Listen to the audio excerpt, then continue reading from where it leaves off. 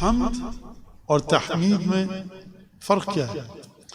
فرق یہ کہ حمد کے اندر شروع میں تے آ گیا اور میم کے بعد یہ لگا دیا، ہو گیا تحمید۔ حمد وہی لفظ ہے، صرف تے اور یہ ایک اضافی ہے۔ معصومین کی زندگی میں اس طرح سے نہیں ہوتا تھا کہ فرض کیجئے اگر ہم کہیں کہ ہم کل دعا کو شب جمعہ تھی، دعا کو میل میں گیا، مجلس ہوئی، پھر اس کے بعد ماتم ہوا، پھر تبرک کرتے کرتے تبرک کا سلسلہ تھا، دیر ہو گئی تو ہم سوئے، تو نماز کے بعد اٹھے، جمعے کا دن تھا تو 10-11 بجے اٹھے سکون سے، بالآخر یہ رہتا ہے جمعے کے دن، ہفتے کے دن۔ نہیں، ائمہ کی زندگی میں نہ کوئی تعطیل تھی، نہ کوئی چھٹی تھی، نہ کوئی ورکنگ ڈے ہے، نہ کوئی ویک ڈے ہے، نہ آف ڈیز ہے۔ کوئی صاحب گئے تو انہوں نے کسی عالم سے آ کر کہا قوم کے کہ میں کربلا گیا ہوا تھا، آپ کے لیے بہت دعا کی، ہمیشہ دعا کی دل سے۔ تو وہ عالم کہیں گے مجھے پتا ہے، کہیں گے آپ کو کیسے پتا؟ کہیں گے کہ تم جب سے گئے تھے تو میرے اندر عجیب ایک قرآن پڑھنے کی خواہش بیدار ہوئی تھی اور زیارت امام حسین پڑھنے کی۔ وہ وہاں دعا کر رہا ہے۔ اس کا مطلب ہے کہ سارا مسئلہ ہے کہ دل آپ کا ایک چیز کی طرف مائل ہے کہ مائل نہیں ہے۔ ماہرین واللعن الدائم علی اعدائهم اجمعین۔ صحیفہ سجادیہ کی یہ پہلی دعا ہے جس کے بارے میں آج ہم گفتگو کریں گے، اور ظاہر ہے کہ یہ دعا ایک دن میں تو ختم نہیں ہوگی، ایک جلسے میں یا ایک درس میں، اور لگتا یہی ہے کہ ہمیں کچھ جو اہم نکات میری نظر میں ہوں گے کہ جن کا عقائد سے تعلق ہوگا یا کسی اور حوالے سے، معرفت کے حوالے سے، معرفت کے لحاظ سے اگر کوئی تعلق ہوگا تو ان نکات کو یہاں پر میں بیان کرنے کی کوشش کروں گا۔ اور اگر کوئی ایسی چیز ہوگی کہ جو فرض کیجئے کہ آگے چل کر آ جائے گی، یا کوئی ایک جملہ اسے سمیٹ رہا ہوگا اپنے اندر اور وہ کسی حد تک پچھلے یا بعد والے جملوں میں آئے گی، تو ہم پھر اس پر نہیں رکیں گے، اور مختصراً یہ عرض کروں کہ ہم بڑے سرسری انداز میں آگے بڑھیں گے۔ ظاہر سی بات ہے کہ بہت زیادہ پھر وہ ایک لحاظ سے ملال آور بھی ہوگا، اور ذہن میں الفاظ و پھر چیزیں مطالب نکات نہیں رہیں گے۔ سب سے پہلی بات تو یہ کہ جو پہلی دعا ہے وہ ہے کس سلسلے میں؟ تحمید۔ اب ظاہر سی بات ہے کہ یہ جو نام دیا گیا اس کو، اذا ابتدع بالدعاء بدا بالتحمید للہ عز وجل والثناء علیہ فقال۔ اب اگر آپ ان دعاؤں کو دیکھیں گے تو آپ کو لگے گا کہ وقت کتنا تھا امام کے پاس، کوئی یہ سوچ سکتا ہے؟ مطلب کوئی عجیب ہے، مختصر بات کریں اور آگے بڑھیں، بس اتنا مطلب لمبی چوڑی دعا۔ تو اس سلسلے میں جواب دوں میں یہ، یعنی یہ کوئی مومن نہیں سوچے گا، مطلب یہ کہ کوئی شخص اگر نہیں مانتا ہو اور باہر و دائرے سے خارج از دائرہ ہو، آؤٹ سائڈر ہو، وہی کہے گا۔ کیونکہ دعا کا عنوان دیکھیے، جب بھی آپ دعا کرتے تھے کسی چیز کے سلسلے میں، اذا ابتدع بالدعاء، جب ابتدا کرتے تھے دعا کے سلسلے میں تو سب سے پہلے خدا کی تحمید کرتے تھے۔ اچھا، یہاں پر لفظ آیا تحمید کا، حمد کا لفظ نہیں آیا۔ حمد اور تحمید میں فرق کیا ہے؟ فرق یہ کہ حمد کے اندر شروع میں تے آ گیا اور میم کے بعد یہ لگا دیا، ہو گیا تحمید۔ حمد وہی لفظ ہے، صرف تے اور یہ ایک اضافی ہے۔ خوب، پہلے تو کوئی یہ پہلے اس بات کا کی طرف اشارہ کہ کوئی یہ سوچے گا کہ یہ مطلب دعا کرنی ہے۔ اب آپ دیکھیے، یہ صفحہ، یہ صفحہ، پھر یہ صفحہ، پھر اس کے بعد یہ صفحہ، پھر یہ صفحہ، پھر یہ صفحہ، اتنی لمبی چوڑی دعا امام تحمید کر رہے ہیں، حمد خدا۔ اب میں حمد اور تحمید کا فرق بتاتا ہوں۔ تو انسان سوچتا ہے کہ یہ کیا مطلب، کس طرح سے زندگی کتنی مشکل بن گئی تھی اس ہستی کی، اس ذات کی، اس شخص کی۔ کوئی شخص جو امام کو نہ سمجھتا ہو، امام کو نہ مانتا ہو۔ تو ایک بات تو یہ کہ اس میں کوئی شک نہیں کہ امام سجاد کی زندگی فرض کیجیے جناب امیر کی طرح نہیں تھی. کس لحاظ سے میں بتاتا ہوں. امام سجاد علیہ السلام کی زندگی چھٹے امام کی طرح نہیں تھی، ساتویں امام کی طرح نہیں تھی. یہ جو میں نے چند اماموں کا ذکر کیا، ان کی زندگی کیسی تھی؟ ساتویں امام کی زندگی قید میں گزر رہی ہے. امیر المومنین کی زندگی جو خلافت ظاہریہ تھی، اس میں جنگوں میں امور کو، چیزوں کو منظم کرنے میں، سدھارنے اور ٹھیک کرنے میں گزر رہی ہے. تو یہ ایک چیز، اور یہ ایک آپ کے ذہن میں رہے.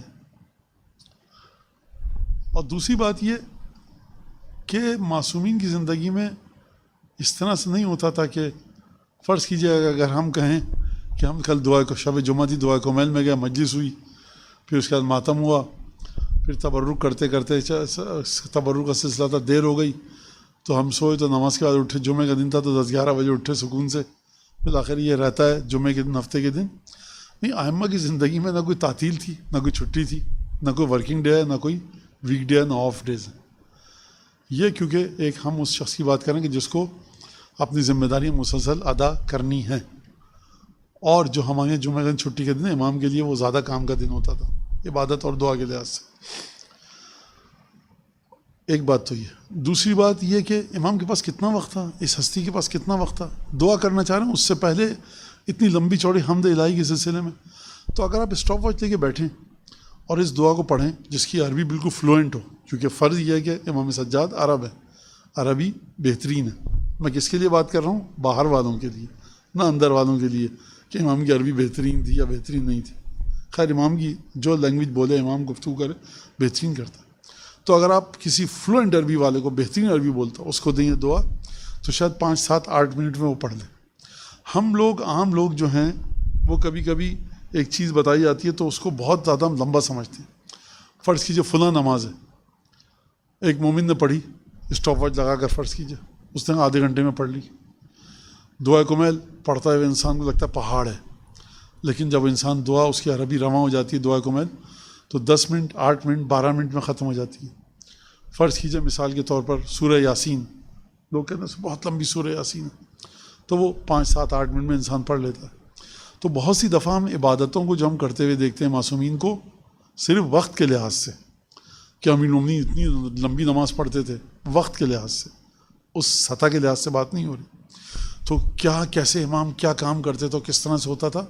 تو بہت سی عبادتوں کو، دعاؤں کو ہم نے ایک اپنے اوپر ہوا بنایا ہوا ہے کہ اس میں ٹائم بہت لگتا ہے، وقت بہت لگتا ہے. لیکن اگر انسان اپنے وقت کو منظم کر لے تو اس میں وقت نہیں لگتا اور انسان تمام چیزیں کر لیتا ہے. فضولیات کو زندگی سے نکالنا پڑے گا. اس کی واضح مثال ہمارے مراجع عصر ہیں کہ جو تمام عبادتیں، تمام چیزیں انجام دیتے ہیں. پھر اس کے بعد مراجع کی ایک قسم جو ریاضتیں انجام دیتی ہے، پھر مراجع کی وہ قسم جو ریاضتوں کے ساتھ خاص اذکار ان کو پڑھنے ہوتے ہیں. ہو سکتا ہے ہر مرجع ایسا نہ ہو جو اہل ذکر ہو. کس معنوں میں؟ کہ صاحب رات کو 1475 دفعہ وہ پڑھنا ہے، صبح کو فجر کے بعد فرض کیجئے کہ 780 دفعہ مثلاً فلاں چیز پڑھنی ہے، فلاں. ہر انسان مرجع ایسا نہیں ہوتا، لیکن بہرحال جو مراجع اس طرح کے ہیں تو انہوں نے اپنی زندگی کو منظم کیا ہوا ہے. پھر ان کے بعد وہ یوں تھا کہ وہ دیکھ رہے ہیں کہ کیا ہو رہا ہے، کیا نہیں ہو رہا، کہاں پہ کون آ گیا، کہاں پہ کون چلا گیا، کس نے کس کی زمین ہتھیا لی، کہاں پہ کتنی. تو یہ سب چیزیں ان کی زندگی میں بڑا فوکس رہتے ہیں. تو یہ جو کبھی کبھی ہم دیکھتے ہیں امام اتنی عبادت کرتے تھے وقت کے لحاظ سے، تو یہ کیا تھا؟ تو یہ وقت کے لحاظ سے اگر آپ دیکھیں تو انسان یہ کام کر سکتا ہے اگر وہ منظم ہو جائے اور زندگی سے فضولیات کو نکال دے. ایک تو چیز یہ ہے. لہٰذا یہ ایک عام سطح پہ آ کر امام علیہ السلام کے بارے میں گفتگو کر رہا ہوں. اور دوسری بات یہ کہ چلیے وقت ہے میرے پاس، لیکن جی نہیں چاہ رہا، اکتاہٹ ہو رہی ہے. 1 صفحہ 2 صفحہ 3 صفحہ، اتنی لمبی دعا. مطلب میں دعا مانگنے چاہ رہا ہوں، 20 منٹ تو مجھے اسی کو پڑھنے میں لگ جائیں گے، 15 منٹ اسی کو پڑھنے میں لگ جائیں گے. تو اکتاہٹ ہے. شب جمعہ مجلس کر لی، میں نے حدیث قصہ پڑھ لی، دعا کمیل پڑھ لی، شب جمعہ کی دعا جو ہے وہ جو مفاتیم ہے وہ پڑھ لی، پھر اس کے بعد اتنی دفعہ صلوات پڑھ لو. اب سورہ یاسین یا سورہ واقعہ پڑھ لیجیے. اب ہمت نہیں ہے. کیوں کہتا ہے انسان ہمت نہیں ہے؟ ایک تو بیچارہ وہ شخص جو کمزور ہے، جسمانی لحاظ سے طبیعت ناساز ہے، اس کی بات ایک الگ ہے. لیکن ایک دفعہ وہ ہے جو بالکل تمام نعمتیں میسر ہیں، کوئی مسئلہ نہیں ہے. فرض کیجئے کہ وہ جمعرات کا دن ہے، فرض کیجئے آفس ہی نہیں گیا آج، لیکن اس کے بعد وہ کہتا ہے اب ہمت نہیں، بہت ہو گیا بس، اب شب قدر کے اعمال میں اب بس مولانا اب آرام کرنا ہے. مطلب میں بھی آپ سے کہہ سکتا ہوں نہیں اب میں آرام کروں گا، یا آپ مجھ سے کہہ سکتے ہیں، عام انسان یہ کہتا ہے. تو اس کا مسئلہ یہ کہ ایک جی چاہنے کی بات ہے، جی چاہنے کی. کوئی صاحب گئے تو انہوں نے کسی عالم سے آ کر کہا قوم کے کہ میں کربلا گیا ہوا تھا، آپ کے لیے بہت دعا کی، ہمیشہ دعا کی دل سے. تو وہ عالم کہیں گے مجھے پتا ہے. کہیں گے آپ کو کیسے پتا؟ کہیں گے کہ تم جب سے گئے تھے تو میرے اندر عجیب ایک قرآن پڑھنے کی خواہش بیدار ہوئی تھی اور زیارت امام حسین پڑھنے کی. وہ وہاں دعا کر رہا ہے. اس کا مطلب ہے کہ سارا مسئلہ ہے کہ دل آپ کا ایک چیز کی طرف مائل ہے کہ مائل نہیں ہے. وہ شخص جو مجلس میں آتا ہے اور کہتا ہے نہیں بہت لمبی مجلس ہو جاتی ہے، میں نہیں کہہ رہا کہ لمبی مجلس میں آئیے آپ، لیکن یہ وہی لوگ ہیں جن سے کہا جائے کہ فرض کیجئے کہ آپ مجلس میں آ جائیے یا درس میں آ جائیے ماہ مبارک کے یا مجلس میں، تو وہ کہتے ہیں نہیں بہت ٹائم لگ جاتا ہے اور بڑا مسئلہ ہے. لیکن فرض کیجئے کہ مایوں، مہدی، میلاد، منگنی، شادی، بیاہ، ولیمہ 3 بجے 4 بجے یہ لوگ آ رہے ہوتے ہیں اور ان کو کوئی مسئلہ نہیں ہوتا. کسی خاندان میں شادی ہوتی ہے، 1 ہفتے تک ایونٹس چلتے ہیں جو مختلف ایونٹس ہوتے ہیں، اس کے اندر 2 بجے 1 بجے 2:30 بجے آ رہا ہوتا ہے انسان، اور اس کے بعد آفس بھی جا رہا ہوتا ہے. تو مسئلہ کیا؟ مسئلہ ہے دل کی، قلب کی، دلچسپی کا، جھکاؤ کا، ایک عشق کا، ایک تعلق کا، ایک ارتباط کا، کہ جس کے اندر ایک تعلق اور ارتباط ہوتا ہے یہ دل میں جو محبت ہوتی ہے وہ عبادتوں کی طرف لے کر آتی ہے. لہٰذا جب ہم ائمہ معصومین علیہ السلام کی نمازوں کو دیکھتے ہیں کہ فرض کیجئے وہ 1000 قل ہو اللہ والی نماز اور نماز جعفر طیار، اور فرض کیجئے جو نماز جناب سیدہ کی یا امیر المومنین کی نماز ہے، امام حسین السلام کے حرم میں پڑھنے والی نمازیں، عجیب و غریب قسم کی نمازیں لمبی لمبی، یہ کیسے پڑھے گا؟ ہمت نہیں ہو رہی، بس جا کے بیٹھ کے پڑھ لیا. تو سارا مسئلہ ہے دل کا. یہ ایک بہت اہم چیز ہے کہ کس طرح سے دل مائل ہو. لہٰذا ہم جب ائمہ کی بات کر رہے ہیں تو ایک ہمیں حیرت ہوتی ہے کس طرح سے اتنی لمبی دعائیں پڑھتے تھے. اس میں حیرت کی ضرورت نہیں ہے، حیرت کی بات نہیں ہے کوئی. کیوں حیرت کی بات نہیں؟ کیونکہ اگر آپ معرفت امام رکھتے ہیں اور امام کے قلب کی طرف دیکھیں تو وہ دل ایسا ہے کہ وہ مسلسل عبادت کی طرف مائل ہے. اور یہ ہم نے عام لوگوں کو دیکھا ہے، وہ صبح کو گئے، دوپہر کے وقت حرم سے آ رہے ہیں، پھر کھانا وانا کھایا، نماز پڑھی، آرام کیا، پھر گئے، پھر مغرب کے وقت آ رہے ہیں. تو یہ ان کے دل کی چاہت ہے، دعا پڑھنے، نماز، روزہ، تمام چیزیں. یہ ایک چیز ہے جس کی جانب اشارہ بھی کیا گیا ہے. کہاں پر؟ روایات میں. کہ دل کیسے مائل ہوگا؟ خلوتوں میں اپنی، جب تنہا ہے انسان تو ذکر خدا کرے، اور ذکر خدا اپنے اسی تمام معانی اور مفاہیم کے ساتھ کہ جو روایات میں آئے ہیں کہ اگر خلوت میں انسان خدا کو یاد کرے گا اور خلوت میں خدا کو مجسم کر کے رکھے گا، تصور اور عقیدہ توحید کو، خدا کے وجود کو، تو یہ جو مجسم کر کے رکھے گا وہ اپنے سامنے خدا کے وجود کو خلوت میں اپنی تنہائی میں یہ رقت قلب لے کر آئے گا. اور رقت قلب عبادتوں کی طرف انسان کو مائل کرتی ہے. یہ بات ہو گئی یہاں تک.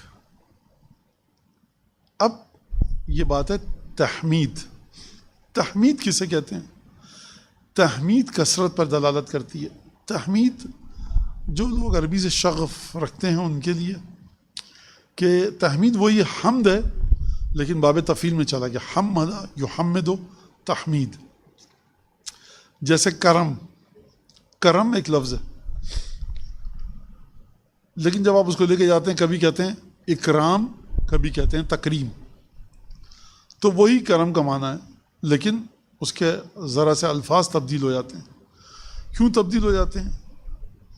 علم صرف میں یہ بیان کیا گیا، فن صرف میں، کہ جب کوئی بھی مادہ باب تفعیل میں جائے تو وہ کثرت پر دلالت کرتا ہے. بعض اوقات باب تفعیل کے 5-6 معنی ہیں، اس میں سے ایک معنی ہے کثرت. فرض کیجئے مثال دی ہے قرآن کی، غلقت الابواب، ایک ایک دروازہ بند کر دیا گیا یا بند ہو گیا یا بند کر دیا بند کرنے والے نے. تو اس میں کیا ہے؟ غلقت الباب بھی ہو سکتا ہے، میں نے دروازہ بند کر دیا، لیکن جب میں کہتا ہوں غلقت الابواب تو میں نے تمام کے تمام دروازے بند کر دیے. فرض کیجئے کہ موتت الآبال یہ مثال دی گئی ہے. ایک دفعہ ہم کہتے ہیں مات الابل یا مات ابل، ایک اونٹ مر گیا. کبھی ہم کہتے ہیں وہی لفظ موت کا، موتت الآبال، ایک اونٹ بھی نہیں بچا، سارے اونٹ مر گئے. تو یہ جو ہے کثرت کے اوپر دلالت کرتا ہے.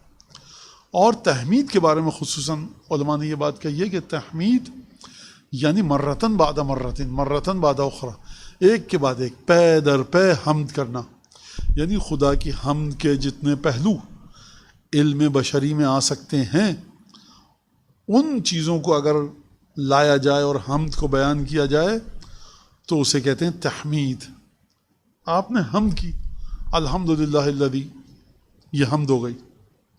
لیکن جب آپ حمد کو بیان کریں اور کہ حمد اس خدا کی جو گناہ معاف کر دیتا ہے، حمد اس خدا کی جو پردہ پوشی کرتا ہے، حمد اس خدا کی جو بچوں کو رزق دیتا ہے، حمد اس خدا کی جو بوڑھوں پر رحم کرتا ہے، حمد اس خدا کی جو، یہ آپ کیا کر رہے ہیں؟ ایک کے بعد ایک خدا کی حمد کر رہے ہیں، اور ایک حصے کے لحاظ سے، ایک پہلو کے لحاظ سے. تو یہ کیا ہو گیا؟ یہ ہے تحمید. یعنی ایک کے بعد ایک، پے در پے خدا کی حمد کرنا اور کثرت کے ساتھ حمد کرنا. اب سوال یہاں پر یہ آتا ہے کہ خدا کو آخر پریشانی کیا، بقول ایک شاعر کے، اور بڑے منہ پھٹ شاعر، ہر چیز کا سوال کرنا. خدا کو مسئلہ کیا ہے بھائی؟ خدا کی میں تعریف کروں یا نہ کروں، اس کو کیا مطلب؟ حمد الہی کرو، یہ ایک سوال ہے. تو یہ خدا نہیں ہو سکتا ایسا جو بھائی دیکھیں، یہ تو آپ غلط کہہ رہے ہیں. قرآن میں ہے، ہر آسمانی دین میں خدا کی حمد ہے، اور جو لوگ واقعاً دیندار تھے انہوں نے خدا کی حمد کی ہے. خدا اس طرح سے ہے. آپ کو اگر برا لگتا ہے آپ دوسرے گراؤنڈ میں جا کے کھیل لیجئے، اس گراؤنڈ کے قوانین یہی ہیں، دوسرا گراؤنڈ ہے نہیں.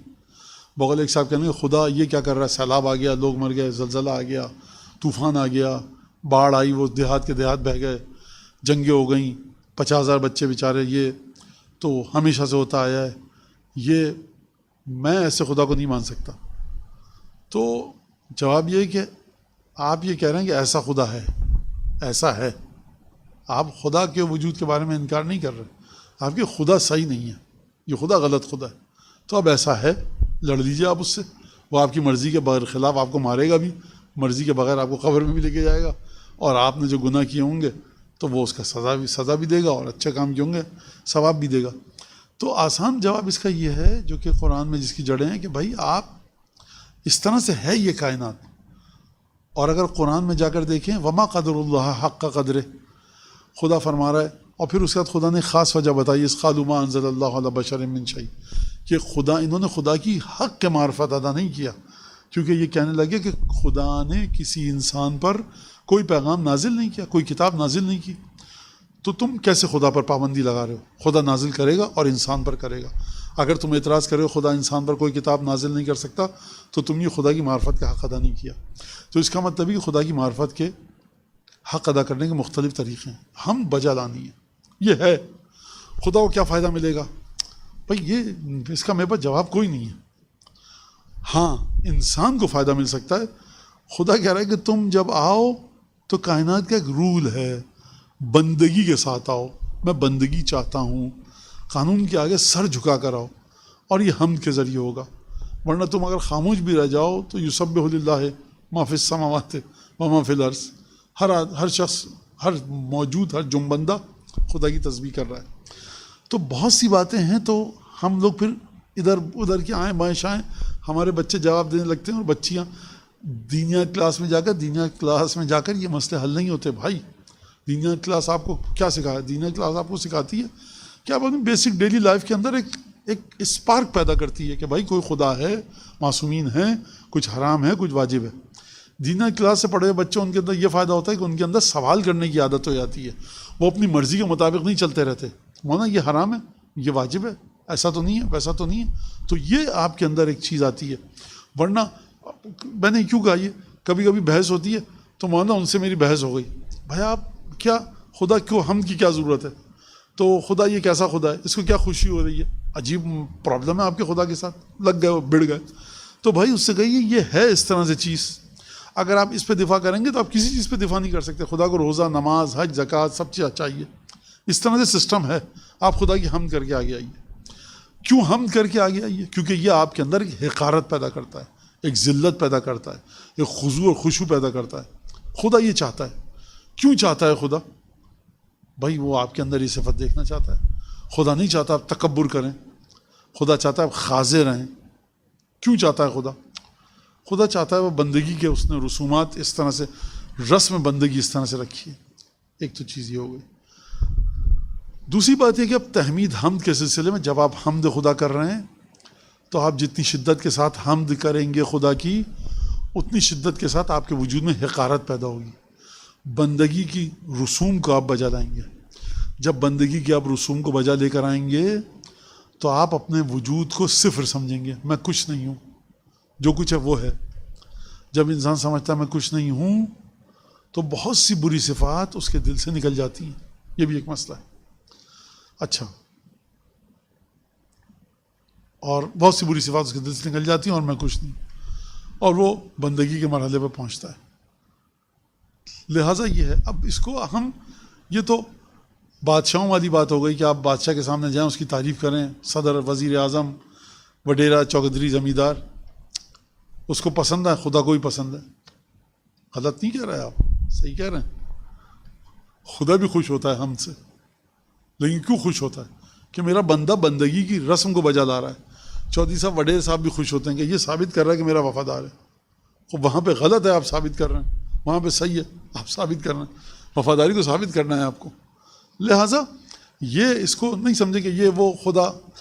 تمام کی تمام عبادتوں کے جو نکات ہیں وہ فطری لحاظ سے بشر کے اندر چھپے ہوئے ہیں، جو ہم اپنی زندگی میں دیکھتے ہیں. بڑے کے سامنے جاتے ہیں ادب سے جاتے ہیں، خدا کے سامنے جائیے ادب سے جائیے.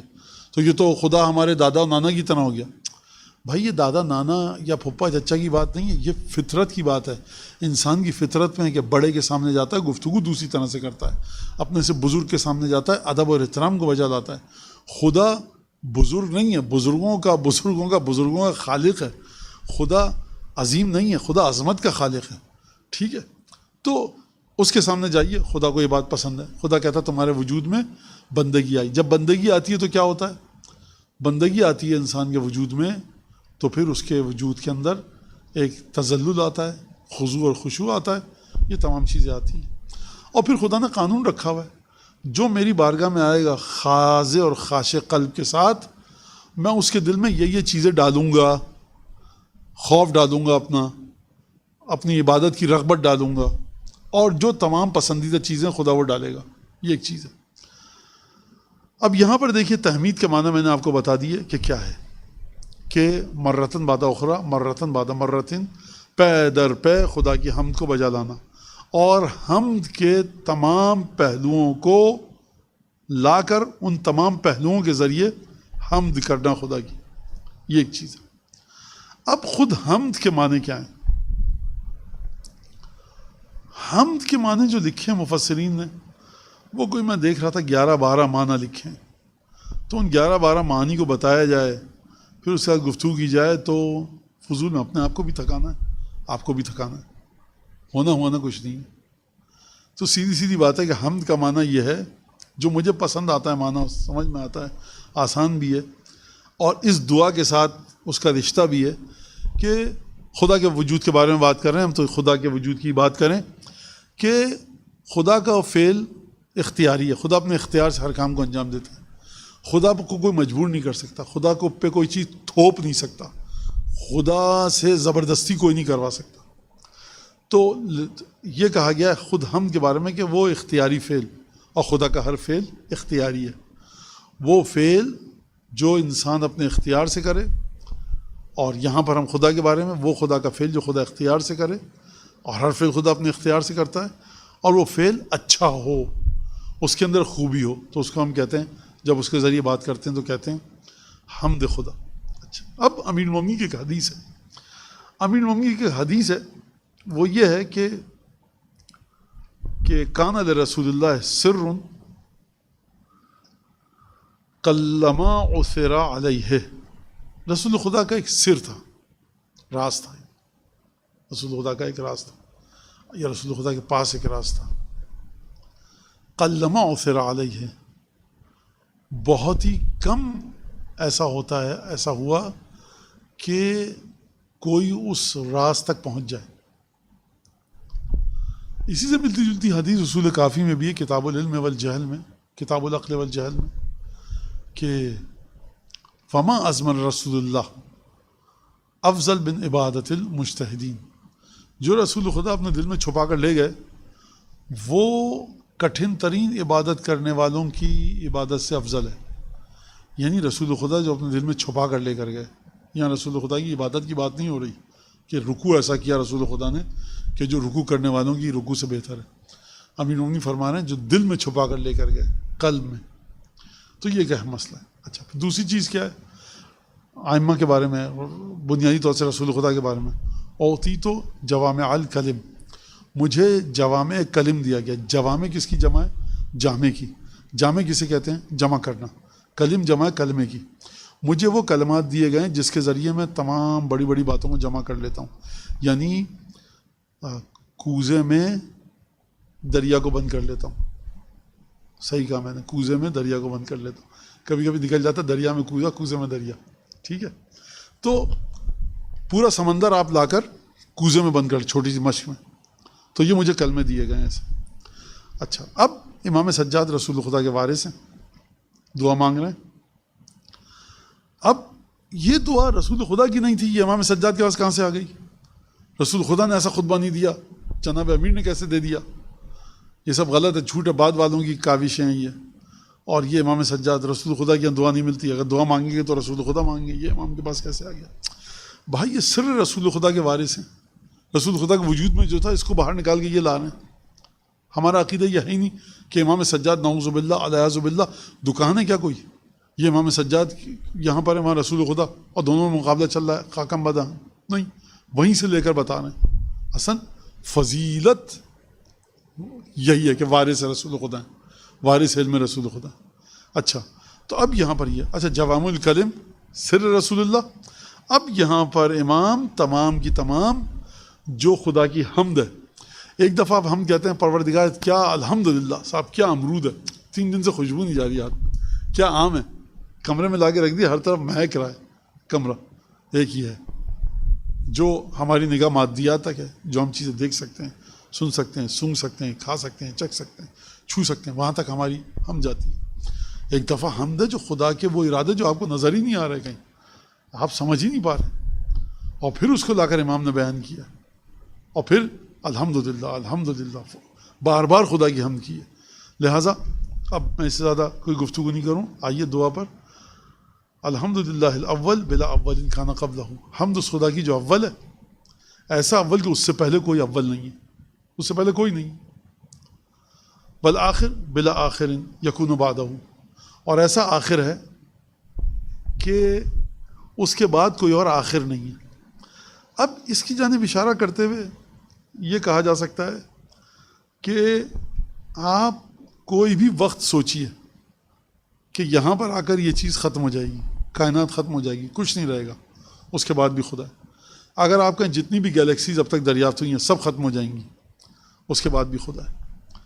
ایک تو یہ معنی آسان سا سادہ سا، اور میں نے یہ پہلے بھی بتایا تھا، ہم بہت سادی گفتگو کریں گے. اس میں در حقیقت یہ نہیں کہ میں صحیفہ سجادیہ کے رازوں پر سے پردہ اٹھاؤں، یہ کہ انسان کے ذہن میں ہے کہ بھائی یہ ایک جملہ ہے اور مولانا نے بڑا آسان کر کے بتایا.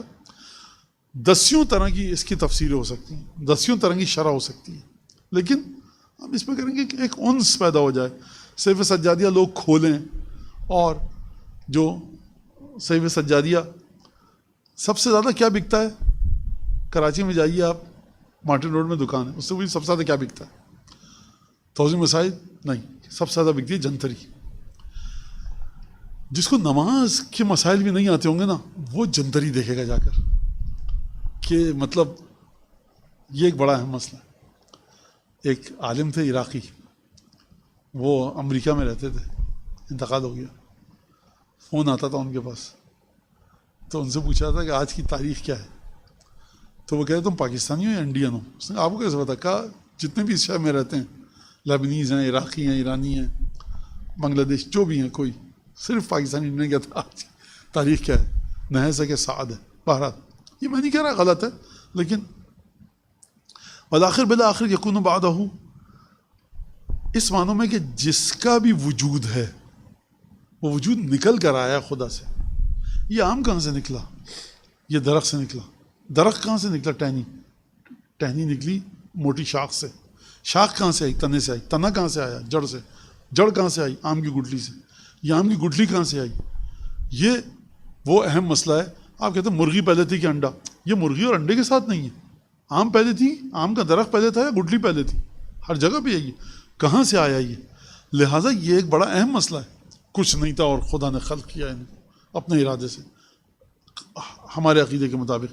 لہٰذا آپ جب بھی کسی وجود کو دیکھیں تو پہلی جو میں نے معنی بتایا وہ تھا وقت کے لحاظ سے، ٹائم کے لحاظ سے. 10 کھرب سال کے بعد یہ کائنات ختم ہوگی تب بھی خدا وہاں پر موجود رہے گا. آپ جو بھی تصور کریں کہ وہ ختم ہو جائے گا، سائنٹسٹ تجربہ کریں بتائیں. سورج جو ہے وہ 5000 کھرب سال کے بعد ختم ہوگا. چاند 200 ارب سال کے بعد ختم ہوگا. فرض کی جو فلاں سیارہ ستارہ ختم ہوگا اس کے بعد بھی خدا رہے گا. ایک تو یہ معنی جس کے اندر ہم نے وقت کی بات کی. ایک ہی معنی کہ کائنات ہمیشہ تک چلتی رہے، ہمیشہ کبھی ختم نہ ہو. تو آپ جا کر دیکھیں گے تو یہ خدا کے ارادے پہ پہنچے گا، ذات خدا تک پہنچے گا. کچھ نہیں تھا خدا نے خلق کیا. تو آخر یہ ہے، یعنی کیا مطلب؟ یہ جو میں نے جملہ کہا یہ اول بتا رہا ہے، اولیت. کچھ نہیں تھا خدا نے خلق کیا. جب آپ اس کی ریورس انجینئرنگ کریں گے، یہ کتاب کہاں سے آئی؟ کاغذ. کاغذ کہاں سے آیا؟ فیکٹری میں بنا. فیکٹری میں کیسے کاغذ بنا؟ لکڑی کا گودا لے کر آئے تھے. تو اس کتاب کا جو آخری مرحلہ ہے ریورس انجینئرنگ میں وہ خدا ہے. لہٰذا واحد خدا کی ذات ایسی ہے، هو الاول اور هو الاخر، هو الاول الظاہر الباطن الظاہر الاول الاخر. یہ خدا کی. اگر آپ زمانے کے لحاظ سے دیکھیں تو خدا سب سے پہلے تھا.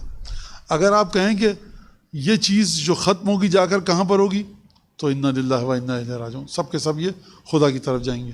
اور تمام کی تمام چیزیں پروردگار عالم قرآن میں بہت ساری اس کے اندر آیات ہیں جو کہہ رہی ہیں ختم ہوگا تو یہ سب کے سب خدا کی طرف سفر اختیار کریں گے. کیسے ہوگا، کیا ہوگا؟ فلاسفہ، درویش، صوفی، مفسرین سب نے اپنی باتیں کی ہیں. خیر وہ کیسے ہوگا ہمیں نہیں پتہ، لیکن یہ ایک بڑا ایک دلچسپ سا ایک تصور بھی آ جائے نا ذہن میں کہ تمام کی تمام چیزیں آئی وہاں سے تھیں، جائیں گی وہیں پہ جا کے ختم ہوں گی. الذی قصرت عن رؤیتہ ابصار الناظرین، وہ ذات خدا کی کہ قاصر ہیں اس کے دیکھنے سے ناظر، دیکھنے والوں کی آنکھیں. رؤیت یعنی دیکھنے والوں کو دکھائی نہیں دے سکتا وہ. اچھا اب اس کے اندر آپ مختلف الفاظ لا سکتے ہیں. ابصار المبصرین فرض کیجئے، لیکن علماء نے لکھا ہے کہ فصاحت و بلاغت کے اندر دعا بھی امام مانگ رہے ہیں، فصاحت و بلاغت کو بھی بچا کر رکھا ہوا ہے. یہ واقعہ ایسی چیز ہے جس کو کہا گیا دنیا میں زبور آل محمد یا انجیل آل محمد. اور علماء نے واقعہ لکھا ہے، میں پہلے ہی بتا بھی چکا ہوں کہ جب اس کے پاس بصرے میں تھا وہ گئی یہ کتاب صحیفہ سجادیہ، اس نے تو کچھ نہیں ہے، یہ میں بھی ایسی دعا لکھواتا ہوں، قلم کاغذ لے آنا. وہ لے آئے شاگرد جو تھا قلم اور کاغذ، تو وہ سوچنے بیٹھا، کافی دیر تک سوچتا رہا. تو شاگرد نے کہا سرکار کچھ بولیے. جب شانہ ہلایا تو مر چکا تھا. یعنی یہ ایک بڑا عجیب معجزہ ہے صحیفہ سجادیہ کا. تو یہ اس وقت کی بات تھی. تو یہ جو امام نے فرمایا ہے خود اس کے ہم لفظی جو خوبصورتی ہے اس کے اوپر اب ہم گفتگو نہیں کریں گے. ابصار الناظرین، بصر اور نظر تقریباً ایک ہے، لیکن اگر اس کو ترجمہ کیا جائے تو جتنا بھی گھور گھور کے غور سے آنکھوں کو بڑی باریکی کے ساتھ آپ خیرہ ہو کر دیکھیں گے تب بھی کبھی نہیں دیکھ سکتا دیکھنے والا. ابصار الناظرین یعنی کوئی بھی دیکھنے والا ہو، یعنی انسان ہو 6x6 ہو اس کی نگاہ، شکرا ہو، چیتا ہو، کوئی بھی دیکھنے والا اس کی آنکھیں اس کو نہیں دیکھ سکتی. عجزت النعتی اوہام الواصفین، اور عاجز ہیں اس کی صفت کو بیان کر رہے ہیں. نعت یعنی صفت. کیا؟ اوہام الواصفین. اوہام ترجمہ ہے وہم کی. اور لیکن عربی میں اس طرح سے اس اوہام کو جب کہتے ہیں تو یہ سوچ، فکر. کبھی کبھی آپ کسی چیز کو دیکھ کر بات کرتے ہیں، کبھی کبھی آپ کسی چیز کے بارے میں پڑھتے ہیں، اس کی چیزوں کو دیکھتے ہیں اور پھر اس کے بعد اس کی تعریف کو بیان کرتے ہیں. آپ تمام قرآن کی آیتوں کو پڑھ لیجئے، تمام حدیثوں کو پڑھ لیجئے، خدا کے وجود کے بارے میں جو گفتگو کی گئی ہے قرآن میں، حدیثوں میں، اس کو پڑھ لیجئے، سمجھ لیجئے، جذب کر لیجئے. اس کے باوجود بھی آپ خدا کی صفت کو آپ کی عقل، آپ کی سوچ بیان نہیں کر سکتی کہ وہ کیسا ہوگا. تو یہ ایک چیز. اچھا جب بیان نہیں کر سکتی تو خدا کی صفات کو تو بیان کیا گیا ہے. کہاں پر؟ حدیثوں میں خدا کی صفات کو بیان کیا گیا ہے. قرآن مجید کے اندر خدا کی صفت کو بیان کیا گیا ہے امین ان کے کلام میں. 5ویں 6 جائیے آپ ائمہ میں دیکھتے سب نے بیان کیا خدا کی صفت. تو یہ کیسے امام فرما رہے ہیں؟ امام نے فرمایا اوہام الواصفین، میں اپنے اندیشے اور تفکر اور سوچ کی بنیاد پر کچھ بھی نہیں خدا کی توصیف بیان کر سکتا. آپ کو مدد لینی پڑے گی حدیثوں سے، آپ کو مدد لینی پڑے گی قرآن سے کہ کس طرح سے خدا نے خود اپنے آپ کو پہچانوایا ہے. یعنی ہم اپنے ذہن کے بلبوتے پر خدا کی تعریف و توصیف کو بیان نہیں کر سکتے. ابتدع بقدرتہ الخلق ابتداءً. اب دیکھیے بدعا کا مطلب یہ ہے کہ خلق کرنا، لیکن بدعا کا مطلب خلق کرنا ہے، لیکن بے دال اور عین جب آپ کہتے ہیں کہ ان کے شعر بڑے بدیع ہیں. ہم جب فصاحت و بلاغت پڑھائی جاتی ہے مدارس میں تو اس میں معانی بیان پڑھائی جاتا ہے اس کے اندر. تو بدیع ادب سے تعلق رکھنے والی ایک صنعت ہے. یعنی کیا مطلب؟ کبھی آپ جب کوئی شخص گفتگو کر رہا ہو کسی بھی زبان میں تو ایک ہوتی ہے اس کی فصاحت. الفاظ بڑے آسان ہیں، بڑا مشکل، زبان کو گھمانا مشکل نہیں ہے، بہت آسانی سے آپ بیان کر لیں گے. فارسی زبان کی خصوصیت ہے اس میں فصاحت بہت آسان ہے. اور حتیٰ میں نے آج تک کوئی ایسا شخص نہیں دیکھا کہ جس کو فارسی نہ آتی ہو لیکن فارسی سننا اس کو اچھا نہ لگتا ہو. یہ خود الفاظ کی خوبصورتی ہے. تو یہ فصاحت عربی کی بھی یہی کہہ سکتے ہیں ہم خوبصورتی ہے. اگر کوئی اچھی عربی بولنے والا ہے تو آپ کے کانوں کو اچھی لگتی ہے عربی، اگر صحیح طریقے سے بول رہے. فصاحت کا کہاں سے تعلق ہے؟ لفظ سے، لفظ کی ظاہری شکل صورت سے، اس کی ادائیگی سے. مشکل نہیں، آسان لفظ بول دیا آپ نے. بلاغت کسے کہتے ہیں؟ بلاغت کہتے ہیں کہ وہ معانی بھی پہنچا رہا ہے کہ نہیں پہنچا رہا. آپ نے لفظ تو بڑے اچھے لے آئے آپ، آسان، معنی کو آپ نہیں لا سکے تو یہ آپ کا کلام اچھا نہیں ہے. فصاحت بھی اس میں ہو، بلاغت بھی ہو، الفاظ بھی آسان ہوں، خوبصورت ہوں، زبان آسانی سے ادا کر سکے، کانوں کو اچھے لگیں، لیکن اس کے ساتھ ساتھ وہ معنی کو بھی پہنچا رہے ہوں، معانی کو بھی پہنچا رہے ہوں. لہٰذا یہ ایک بڑا اہم مسئلہ ہے فصاحت و بلاغت کا. ہم ایک ساتھ استعمال کرتے ہیں فصاحت و بلاغت ان کے کلام میں، لیکن دو الگ الگ چیزیں. ہو سکتا ہے بلاغت ہو فصاحت نہ ہو سکتا ہے فصاحت ہو بلاغت نہ ہو. اب ایک اور چیز آتی ہے بدیع. بدیع کہتے ہیں تر و تازہ، دلکش، دل فریب. خداوند تبارک و تعالیٰ نے ابتدعا بقدرتہ، یعنی خداوند تبارک و تعالیٰ نے جو خلق کیا تو بدعت، بدیع خلق کیا، دلکش انداز سے چیزوں کو خلق کیا، بقدرتہ، اپنی طاقت سے، ابتداءً. اب یہاں پر ایک چیز ہے، وہ یہ کہ مفعول مطلق آیا ہے. کیا مطلب مفعول مطلق آیا ہے؟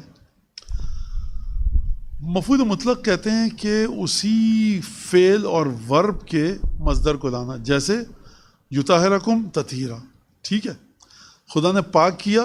تطہیرا ترجمہ کیا کیا جاتا ہے؟ جس طرح سے پاک کرنے کا حق ہے. یہ پاک کرنے کا حق شاید صحیح ترجمہ نہ ہو. اگر آپ عیناً ہو لفظی ترجمہ کریں گے تو یہ آئے گا یطہرکم تطہیرا، کہ ہم خدا نے پاک کیا تطہیرا، ایک خاص انداز سے پاک کیا. اس طہارت کی وسعت، گہرائی، لمبائی، چوڑائی، پھیلاؤ کا علم خدا کو ہے. تطہیرا کبھی کبھی صفت بھی لائی جاتی ہے. جیسے ایک مثال ہے، لَأُدَرِّسَنَّكَ دَرْسًا لَن تَنْسَىٰ أَبَدًا، ایسا تمہیں ٹھیک کروں گا نا میں کبھی نہیں بھولو گے. لَأُدَرِّسَنَّكَ دَرْسًا، میں تمہیں درس پڑھاؤں گا. درسن، ایسا درس. جب بھی فعل آتا ہے ایک، ضرب تو فعل ہے، ورب ہے، عمل ہے. ضرب تو میں نے ضرب ماری، ضربتن، کیسی ضرب اب یہ نہیں پتہ، یہ صفت بتا رہا ہے. ضربتاً جو آئی اسی مادے سے آئے گی، ضرب سے، لیکن بتائے گی کہ کیسی ضرب تھی. جیسے امیر المومنین کا رجز ہے عمرو بن عبدود کے سامنے کہ ضربتاً ایسی ضرب لگاؤں گا کہ جس کی یہ صفت ہے. تو آپ فعل لاتے ہیں، اس کے ساتھ مفعول مطلق لاتے ہیں اور پھر بتاتے ہیں. تو امام فرمانے یہاں پہ خدا نے خلق کیا اپنی قدرت سے مخلوق کو. یہ نہیں کہہ رہے خلقہ بقدرتہ الخلقہ، کہہ رہے ابتدعا. ابتدا کے اندر خلق بھی ہے، دلکش خلق بھی ہے، تر و تازہ خوبصورت جاذب نظر. یعنی ابتدا کے لفظ کو آ کر امام نے لرک دیا. یہ نہیں کہا خلق الخلق خلقا بدیا، نہیں، جملہ وہ دلکشی نہیں رہتی. امام اسی ابتدا کو لائیں جس کے اندر خلقت کا معنی بھی ہے اور جس کے اندر خوبصورتی اور دلکشی کا معنی بھی ہے. ابتدا بقدرتی الخلقہ، پروردگار نے اپنی قدرت سے خلق کیا. اچھا، اس کا مطلب یہ ہے کہ جب خلق کیا بقدرت ہی، یہ جو خدا نے، آپ لوگ بحث کرتے ہیں انڈا یا مرغی، یہ جو خدا نے مرغی انڈا خلق کی شروع سے، کیسے خلق کیا؟ خدا بیٹھا ہوا تھا، اس نے 4 کیمیکل رکھے، پہلے 4 کیمیکلز کو ملایا، آگ سے حرارت دی، ٹھنڈا کیا، اس میں کچھ ڈالا تو اس کا ایک خام مال تھا، مادہ تھا، اس سے خلق کیا. کھانا پکتا ہے، باورچی خانے میں چیزیں ہوتی ہیں، چاول، دال، سبزی، گوشت، ان کو خاتون ملاتی ہیں تو یہ بریانی بنتی ہے. کیا دلکش بریانی ہے، کیا مزیدار بریانی ہے.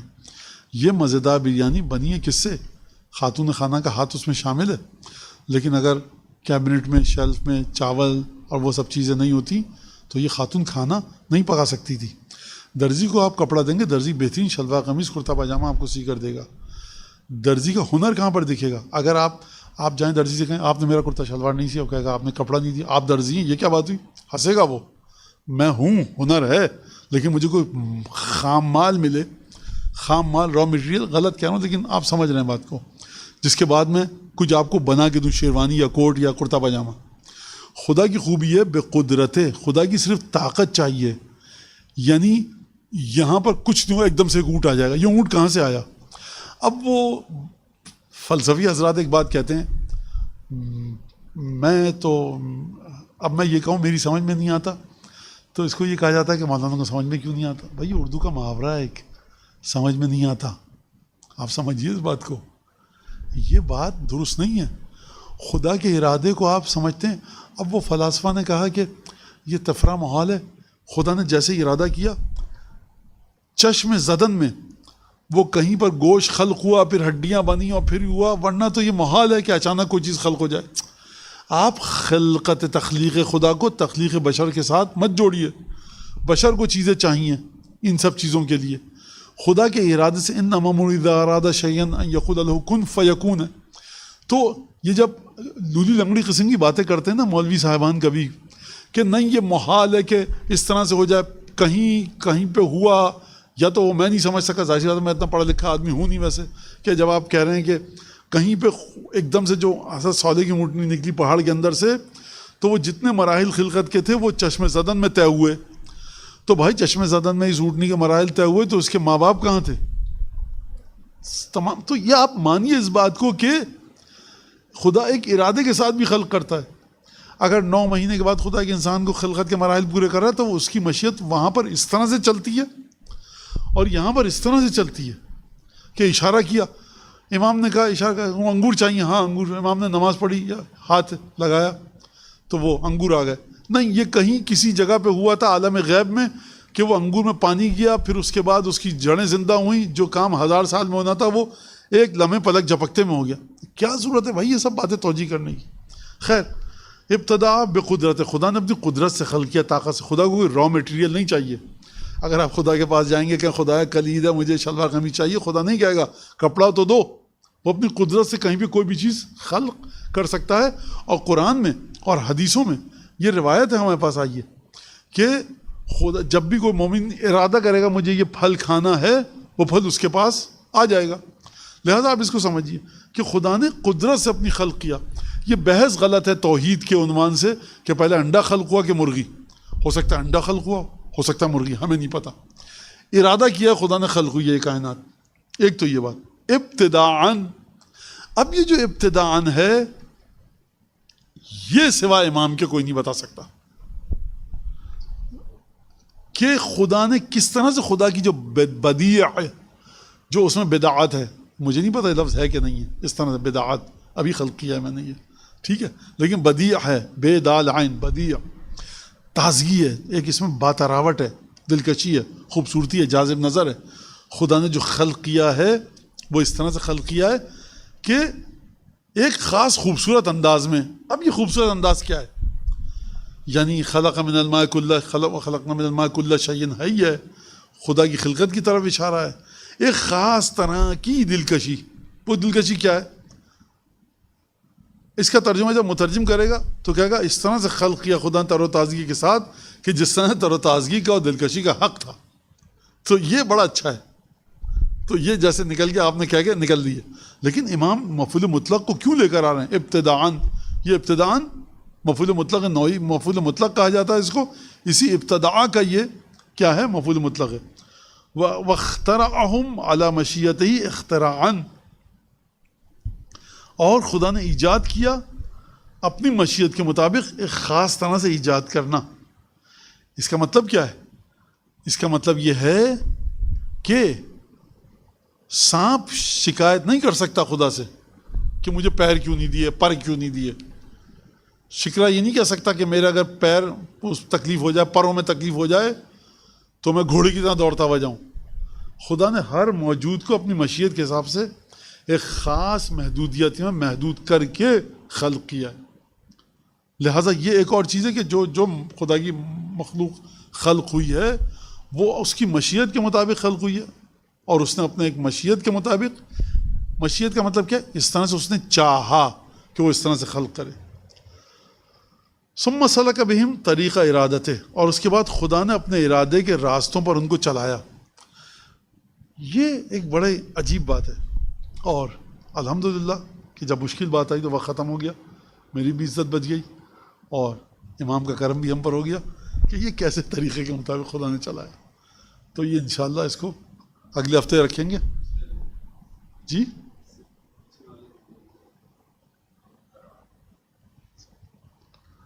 ہاں، تو یہ تو بتا دیا میں نے. اختراع یعنی کہ ایجاد کرنا، نئی چیز ایجاد کی خدا نے اور ایک خاص طرح سے وہ اس کو اختراع کیا.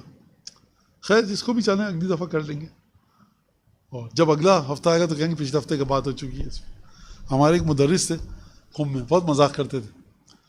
تو کہتے ہیں میرے استاد نے مجھ سے پوچھا، انتقال ہو گیا، بہت مشہور ٹیچر تھے، اور ان کی بعض کتابوں کو پاکستان کے مدارس میں بھی بالا تر فرقے واریت سے بالا تر ہو کر دیکھا جاتا ہے، پڑھا جاتا ہے. تو کہ میرے استاد نے مجھ سے پوچھا جب مشکل عبارت آتی ہے کیا کرتے ہو؟ تو کہنا میں نے کہا اس کو کیسے حل کرتے ہو؟ تو کہنا میں کہتا ہوں کہ اگلے درس میں آئے گی. کہ جب اگلے درس میں آتی ہے میں کہتا ہوں پچھلے درس میں گزر چکی. خیر بہرحال مذاق کر رہے تھے. وہ مشکل ترین چیزوں کو انہوں نے حل کیا اور مشکل ترین چیزوں کو بیان بڑا ان کا پیارا تھا، بہت اچھا واضح بیان تھا. خدا مغفرت کرے. وآخر دعوانا الحمد للہ رب العالمین.